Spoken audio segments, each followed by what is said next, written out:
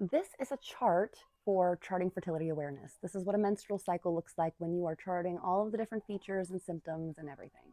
So right over where you see the red, that is your menses. Then we have the gray blocks. Those are your cervical fluid. They circle the days where they were intimate. Those are the days that they had sex. And those are the little hearts as well. They marked with the intercourse there. They circled on the days where they had intercourse as well. That's just to give you a quick glance of what the cycle looked like for them. This particular couple was trying to get pregnant. So if you are using this as birth control, for example, you want to avoid all of those days that have gray because those are your fertile days. And then as you can see here, right above my head, these are all dry days. After that green line, these are all dry days, and then the period starts. You have a set number of days from the day before your period from ovulation. That is your luteal phase. That is a fixed number of days. It should be roughly 12 to 16 days, 14 on average, every single cycle.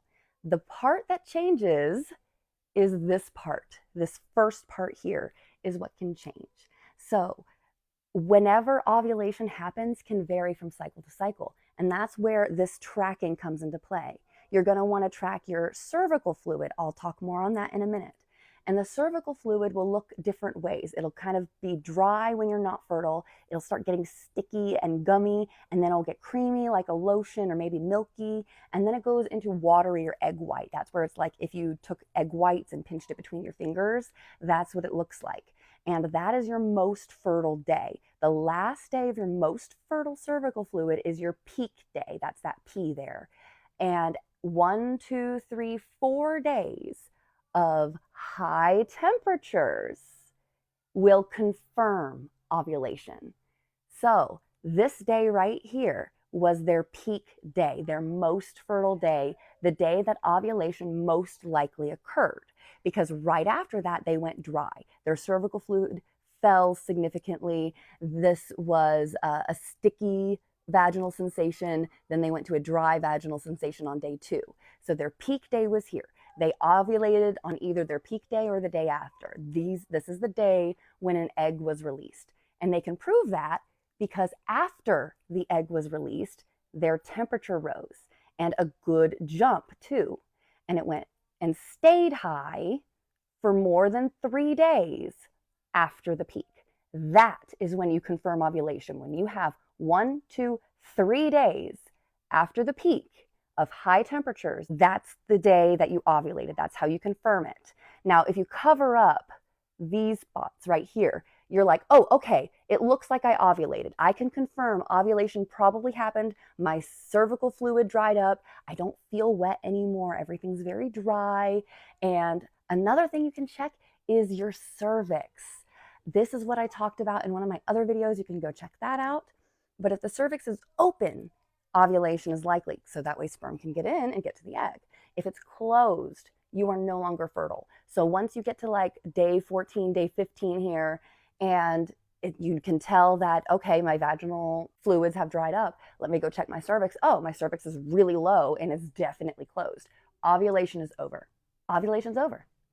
As long as that fluid doesn't come back and these temperatures don't go down, you can confirm ovulation.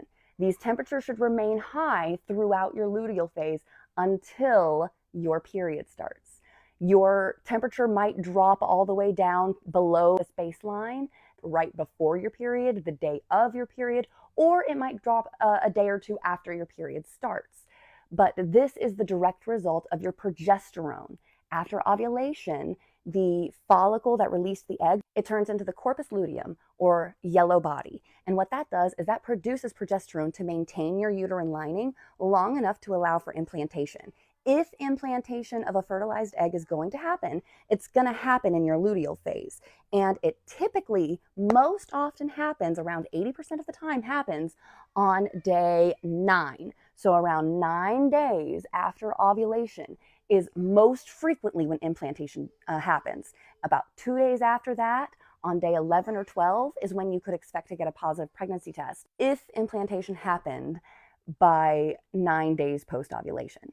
So that's how you can tell if you're ovulating. You can confirm it with the basal body temperature, and you can confirm that you are experiencing fertile days and that estrogen shift by your cervical fluid. That's caused by the estrogen hormones. This is caused by the progesterone hormone. And then when progesterone falls, because that corpus luteum I mentioned, when that dies off, is about 14 days, that 12 to 14 days. So 12 to 14 days before your period starts is when ovulation happens. To figure out when it's happening for you, you have to chart. You have to do this. That's how you're going to prove ovulation is happening and that it's happening with a long enough time frame to let implantation occur. This is how you can identify problems in your cycle, by charting. And the book, Taking Charge of Your Fertility by Toni Weschler, she has a master's in public health. This is the 20th anniversary edition. When the 30th anniversary edition comes out, you can bet your ass it'll be in my shop. In the meantime, go ahead and get yourself this copy, link down below. You can also find it in the library too, but I like to have my own copy. I actually ordered a second one, so that will be in soon because I gave my copy away. So as soon as mine comes in, I will make more content with the actual book and show you what it looks like in person. Until then, check out my Substack. I've done a whole presentation, not a doctor, well-educated and well-informed, using this book. Thank you so much for joining me. Later, witches.